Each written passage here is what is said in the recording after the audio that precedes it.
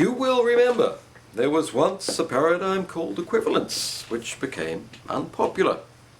Unpopular because it was attacked by theories of purpose, scopus. Unpopular because descriptive study showed it was relative, that it was different according to different historical situations, different cultures.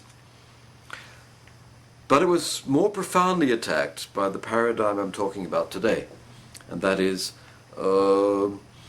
the view that what we know about the world is fundamentally uncertain, that there is a thing called indeterminacy. And this was a paradigm that, in terms of intellectual history, was there at the very beginning of equivalence and has travelled with it.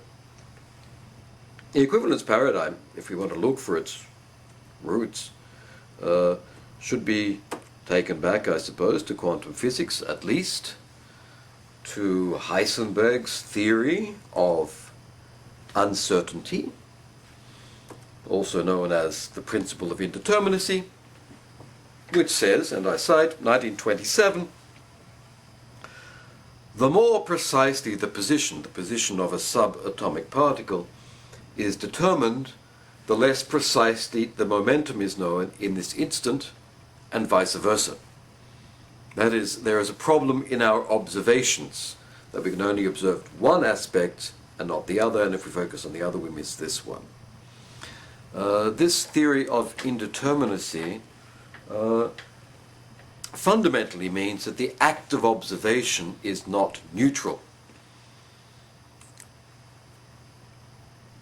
Either because, as it's usually interpreted in the humanities, the observer influences the thing observed, which is to some degree inevitable, but more profoundly because it is not possible to observe everything at the same time.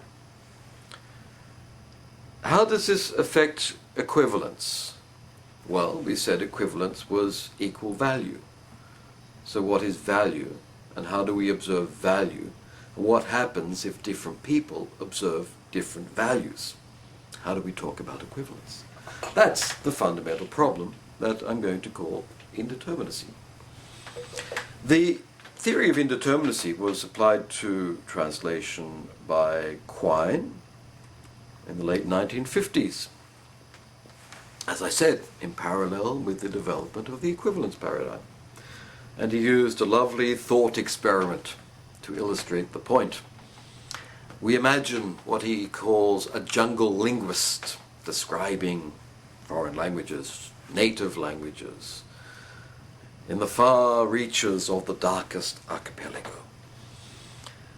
The linguist sees a native. It's an absolutely colonial situation, imperialistic and all that. However, it's a thought experiment. A rabbit runs past, and I've never understood why a rabbit is in the jungle, but anyway. A rabbit runs past, the native points and says, Gavagai. And the linguist writes down Gavagai equals rabbit. Equivalence. And then Quine gets to work and asks, well, how do we know that it means rabbit? It could mean, lo, a rabbit. Look, a running rabbit. Look at that left leg at the back of that rabbit. Look at the flea on the rabbit's ear. Dinner. Great rabbit spirit, etc. It could mean many, many, many different things. And Quine asks how we can be sure of that, how we can become certain of it.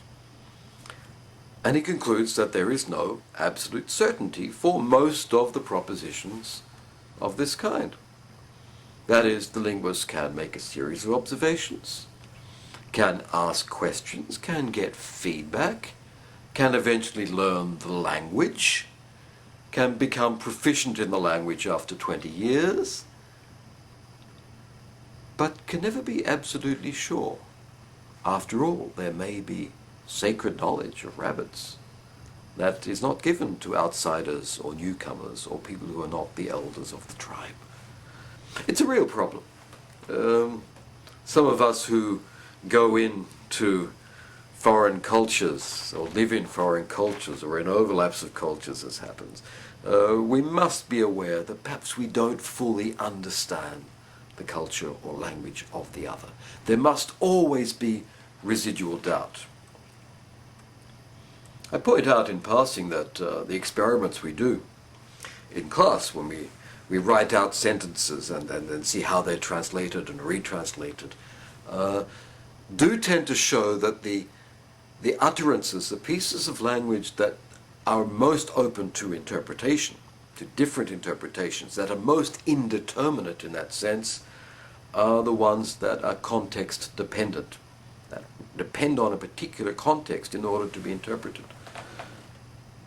Low, rabbit, the deictic, the fact that they're pointing to something, to a particular context, makes this kind of utterance particularly susceptible. And it's going to be all the more indeterminate when decontextualized. When you move from one culture to another, inevitably something of the context of utterance is going to be changed, and the kinds of utterance that are context dependent, deictics that are pointing to something in the immediate situation or wider situation, as the case may be, those utterances will become indeterminate.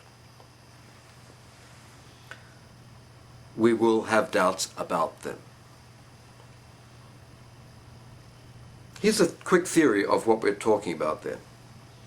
A given source text, Galagai, can be rendered as translation 1, translation 2, translation 3, n translations. 2. There is no rule for deciding between them because we are unsure of the meanings. Therefore, the decision process that the translator has to make is not right versus wrong. It is in some cases, okay, technical terminology, for example, where everything's fixed. All right, that can be right versus wrong. But we could make the argument that that is not really translation because that's not the normal kind of decision process that strictly involves a translator. It involves a terminologist. The translator is going to make a kind of choice where rabbit could be right but, are you really sure? Or wrong but, well, I don't think it's the flea on the left ear because I didn't see one, but perhaps you did see one. Okay, a lot of the decisions that we're talking about in the field of translation, and the most translational decisions, I suggest, are of that nature. Right but, wrong but. There are different considerations that have to be weighted up or weighted against each other.